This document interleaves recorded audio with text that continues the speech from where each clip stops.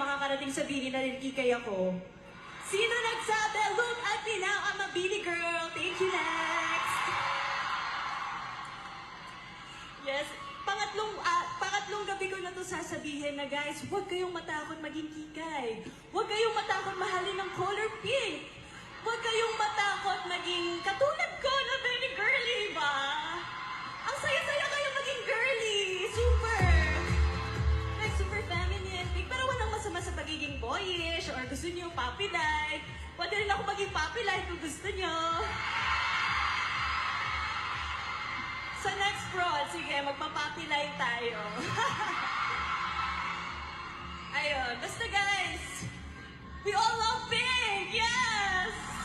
And alam niyo ba na yung song na to, talagang, this song, sobrang kasama ko siya sa journey ko dito sa Bini, sa Star Hunt. Ito talaga yung lagi kong pinapakinggan. Ito yung inspiration ko habang pabiyahe ako pa dito sa Manila, ganon.